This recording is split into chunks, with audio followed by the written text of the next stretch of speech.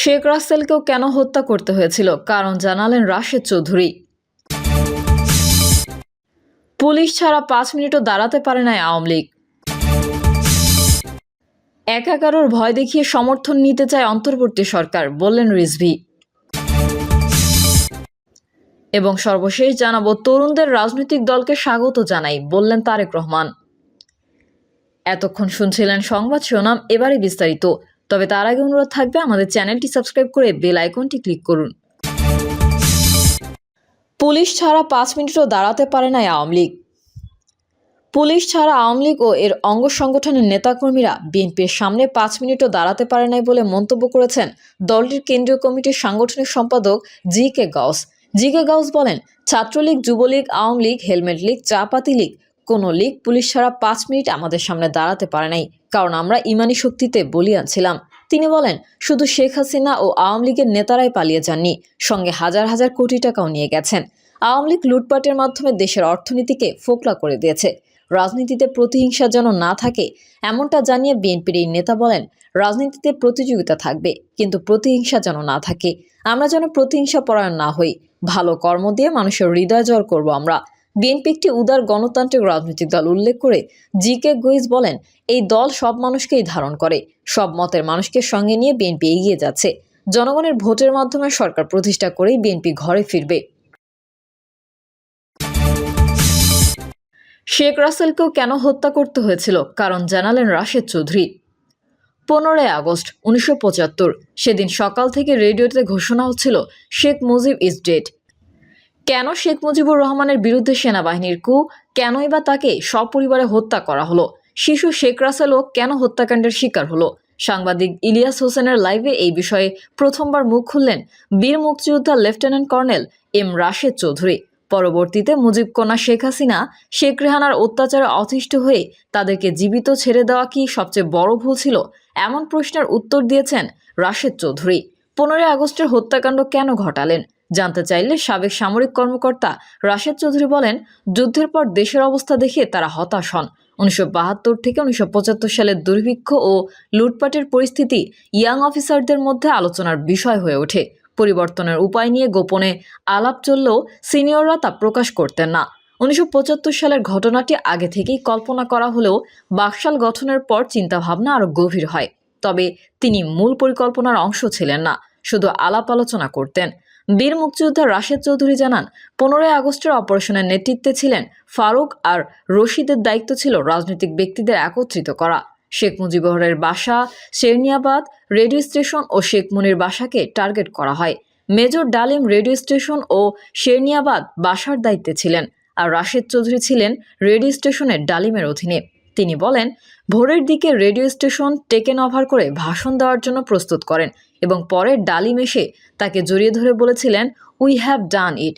অপারেশনে যাওয়ার আগে বিস্তারিত ব্রিফিং করা হয়নি জানিয়ে রাশেদ চৌধুরী বলেন, মুজিবের ভাগ্য কী হবে তা তারা জানতেন না। তার কথায়, মুজিবকে বাসায় মারার কোনো প্ল্যান ছিল না। পরিকল্পনা ছিল তাকে অ্যারেস্ট করে সোহরাওয়ার্দী উদ্যানে নিয়ে এসে সামারি কোর্ট মার্শাল করা। রশিদ ও ফারুক ছিলেন অরিজিনাল প্ল্যানার।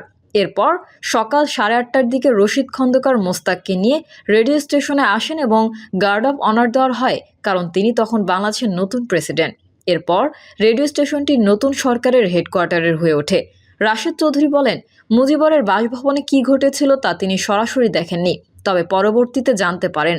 তার বইয়ে মেজর বজলুর হুদার স্টেটমেন্টে উল্লেখ রয়েছে, তিনি সৈন্য নিয়ে ভোরে মুজিবরের বাসভবনে পৌঁছে সুবেদারকে জানান, army has taken over, Mujib is no more in power. এরপর শেখ কামাল স্টেনগান নিয়ে গুলি ছুটতে ছুটতে নিচে আসেন এবং তার স্ত্রী সুলতানা অটোমেটিক রাইফেল দিয়ে দোতলা থেকে নিচে গুলি করতে শুরু করেন। এতে এক সিপাহী নিহত হন, কয়েকজন আহত হন, যা দেখে অন্যান্য সিপাহীরা ক্ষেপে যান। বজলুর হুদার মতে, শেখ কামাল ও সুলতানা প্রথমে গোলাগুলি শুরু করেন। শেখ কামাল সিঁড়ি দিয়ে নিচে আসছিলেন, গুলি করতে করতে চিৎকার করছিলেন। দোতলা থেকে গুলি এসে এক সিপাহী মারা গেল। একজন গালি দিয়ে বলেছিলেন, শালার গোষ্ঠী শুদ্ধ মেরে দে। শেখ মুজিবরের বাসার চাকরও স্বীকার করেছে যে গোলাগুলি প্রথমে তারা শুরু করেছিলেন। পরে সিপাহীরা গেট ভেঙে ভেতরে ঢুকে যায় আর হুদা লোকজন নিয়ে প্রবেশ করেন। সেই সময় শেখ কামাল মারা যান। হুদার বক্তব্যে রাশেদ চৌধুরী বলেন, তিনি কয়েকজনকে নিয়ে উপরে গিয়ে শেখ মুজিবকে নামানোর চেষ্টা করেন। মেজর মহিউদ্দিনও সঙ্গে ছিলেন। শেখ মুজিবর ঘর থেকে বের হলে শেখ জামাল ও সুলতানা আবার উপর থেকে এলোপাথারে গুলি ছোড়েন। এক গুলিতে মুজিবের পেছনে থাকা সিপাহী পড়ে যায়। মুজিব দাঁড়িয়ে থাকলেও হুদা আর মহিউদ্দিন ডাক করে নিজেদের বাঁচান। গুলির শব্দে লাঞ্চারের লোকজনও এসে পাল্টা গুলি চালায়। এক পর্যায়ে মুজিবের গায়ে গুলি লাগলে তিনি পড়ে যান। শেখ রাসেলকে কেন হত্যা করা হলো জানতে চাইলে রাশেদ চৌধুরী বলেন, সবাই দোতলার একটা রুমে বন্ধ ছিল। শেখ মুজিব পড়ে গেলে উপর থেকে জানালা দিয়ে গোলাগুলি শুরু হয়। বজলুল হুদার মতে কয়েকজন সিপাহী জানালা দিয়ে গ্রেনেড ড্রপ করেন। ওই গ্রেনেড বাস্ট করে বাকি সবাই একসঙ্গে মারা যান। রাসেল নিচে আসেনি, শুধু শেখ কামাল নিচে মারা যায়। মুজিবের মৃত্যুর পর ফরেনসিক করলে হয়তো দেখা যেত তারা কিভাবে মারা গেছে, গুলিতে না গ্রেনেড বিস্ফোরণে। পরবর্তী প্রেক্ষাপটে শেখ হাসিনা ও শেখ রেহানাও সেদিন নাই হয়ে যাওয়া উচিত ছিল এমন মনে হয়েছিল কিনা ইলিয়াস হোসেনের এই প্রশ্নের উত্তরে রাশেদ চৌধুরী সরাসরি কোনো উত্তর দেননি। তিনি বলেন, সবাই বলে মুজিবকে হত্যা করা হয়েছে, তবে তিনি মনে করেন মুজিবের মৃত্যু তার নিজের কারণে হয়েছিল। মুজিবের ৪৪ মাসের শাসনে দেশের যে অবস্থা হয়েছিল তার কারণেই তার মৃত্যু অনিবার্য ছিল। মুজিবকে জীবিত রেখে কোনো পরিবর্তন আনা সম্ভব ছিল না। রাশেদ চৌধুরী মুজিবরের মৃত্যুর জন্য দুঃখ প্রকাশ করে বলেন, মুজিবরের মৃত্যু এবং রাজনৈতিকভাবে নির্দোষদের মৃত্যু দুঃখজনক, তবে এমন কুতে কিছু লোকের মৃত্যু অনাকাঙ্ক্ষিত নয়। রাশেদ চৌধুরী বলেন, শেখ মুজিব ১৯৭২ সালে ঢাকা ফিরে আসার পর জনগণের বিপুল ভালোবাসা পেয়েছিলেন, যা অন্য কোনো নেতা পায়নি। শেখ মুজিব ৭১-এর আগে পাকিস্তানের বিরুদ্ধে সংগ্রাম করেছিলেন এবং দেশের স্বাধীনতার জন্য কাজ করেছিলেন, কিন্তু পরবর্তীতে ক্ষমতায় এসে তার শাসনভঙ্গি পরিবর্তিত হয়। তিনি তখন গণতন্ত্রের পক্ষে না হয়ে স্বৈরাচারী হয়ে ওঠেন, যা ছিল খুবই আশ্চর্যজনক। ১/১১-র ভয় দেখিয়ে সমর্থন নিতে চায় অন্তর্বর্তী সরকার, বললেন রিজভী। বিএনপির সিনিয়র যুগ্ম মহাসচিব অ্যাডভোকেট রুহুল কবির রিজভী বলেছেন, ১/১১-র ভয় দেখিয়ে সমর্থন নিতে চায় অন্তর্বর্তী সরকার। স্পষ্ট করে বলতে চাই, ভয় দেখিয়ে লাভ হবে না। রুহুল কবির রিজভী বলেন, সবার মতামতের ভিত্তিতে স্বচ্ছ নির্বাচন চায় জনগণ, যা শেখ হাসিনা হতে দেয়নি। তিনি বলেন, লড়াই সংগ্রাম করে টিকে আছে বিএনপি, এই কারণে আমাদের ভাবমূর্তি নষ্ট করতে ইচ্ছে করে প্রোপাগান্ডা ছড়াচ্ছে একটি গোষ্ঠী। বিএনপির সিনিয়র যুগ্ম মহাসচিব বলেন, আমাদের দল সবসময় অবাধ ও সুষ্ঠু নির্বাচনের পক্ষে। জনগণের ভোটের অধিকার ফিরিয়ে দিতে বিএনপি সবসময় সোচ্চার ছিল, এখনও আছে এবং আগামীতেও থাকবে। তিনি আরও বলেন, ছাত্র জনতার আন্দোলন ও রক্তের ফসল এই অন্তর্বর্তী সরকার। তারা জনগণের আকাঙ্ক্ষা পূরণ করবে, অথচ তাদের প্রয়োজনীয় সংস্কারে মনোযোগ নেই। কলকারখানা বন্ধ, অর্থনীতি নিম্নমুখী, জনকল্যাণে মনোযোগ না দিয়ে ঘোর প্যাচের মধ্যে সরকার।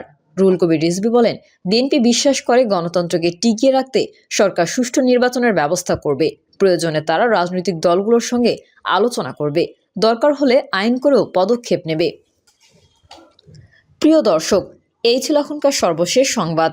আপডেট হওয়া সংবাদ পেতে চ্যানেলটি সাবস্ক্রাইব করে বেল আইকনটি ক্লিক করুন। কমেন্টে আপনার মতামত জানিয়ে আমাদের সাথেই থাকুন। ধন্যবাদ সবাইকে। আল্লাহ হাফেজ।